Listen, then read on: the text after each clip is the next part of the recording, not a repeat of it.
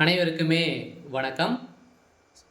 சற்று முன் கிடைத்திருக்கக்கூடிய ஒரு மிக மிக முக்கியமான செய்தி ஒன்று வெளியாகியுள்ளது.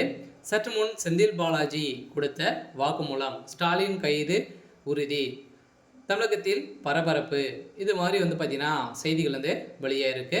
இப்போ பார்த்தீங்கன்னா தமிழகத்தில் ஒரு பரபரப்பை கிளப்பக்கூடிய அளவுக்கு தான் டாஸ்மாக் கூடிய நிறுவனத்தில் நடந்த ரைட்டின் அடிப்படையில் இரண்டாவது முறையாக டாஸ்மாக் கூடிய நிர்வாகிகளுடைய வீட்டில் பார்த்தீங்கன்னா தொழிலதிபர் வீட்டிலே அது தொடர்ந்து ஒரு 2-3 நாட்களாகவே ரைடுகள் நடந்தது.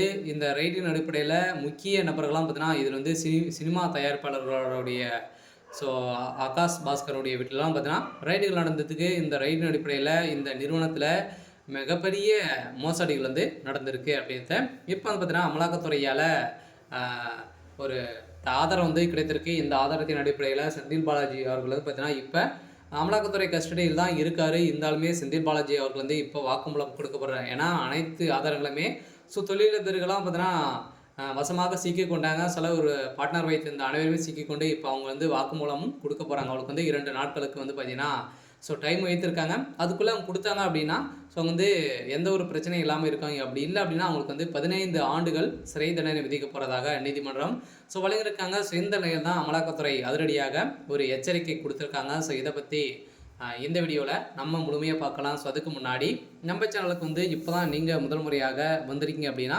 மறக்காமல் நம்மளுடைய சேனலை சப்ஸ்கிரைப் பண்ணி சப்போர்ட் பண்ணுங்கள்.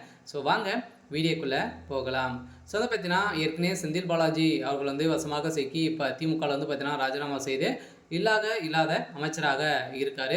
இருந்தாலுமே இப்போ பார்த்தீங்கன்னா அவர் அமைச்சராக இல்லைனாலும் கூட பார்த்தீங்கன்னா இப்போ அவர் டாஸ்மாக் நிறுவனத்தில் இவருடைய தலைமையில் 40,000 கோடிக்கு மேலே மறைமுகமாகவே நடந்திருக்கு. இந்த 1000 கோடி பார்த்தீங்கன்னா இப்போ அமலாக்கத்துறையால் தகுந்த ஆதாரத்தோடு பார்த்தீங்கன்னா வழக்கு பதிவு செய்து இந்த வழக்கு நிலுவையில் தான் இருக்குது. இந்த வழக்கின் அடிப்படையில் தான் உதயநிதி ஸ்டாலின் அவர்களுக்கு குறிவைத்து அவர்கள் சம்மந்தப்பட்ட திரைப்பட இயக்குனர் அதே மாதிரி பார்த்தீங்கன்னா நிறைய தொழிலதிபர் வீட்டிலாம் ரைடுகள் நடந்தது.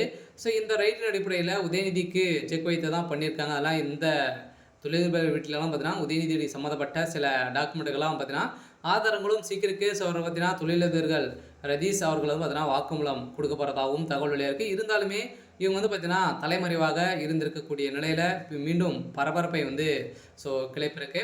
அதெல்லாம் பார்த்தீங்கன்னா இப்போ ஏற்கனவே கடந்த 16ஆம் தேதியிலேருந்து 2 நாட்களாகவே சோதனை நடந்தது. இது டாஸ்மாக் மேலாண் இயக்குனர் விசாகன் IAS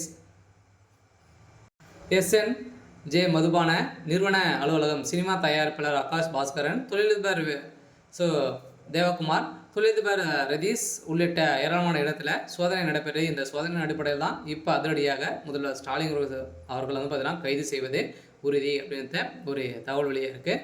சரி, ஓகே. இன்றைக்கான அப்டேட் பார்த்தீங்கன்னா இதுதான். மறக்காமல் நம்மளுடைய சேனலை சப்ஸ்கிரைப் பண்ணி சப்போர்ட் பண்ணுங்கள். தேங்க்யூ.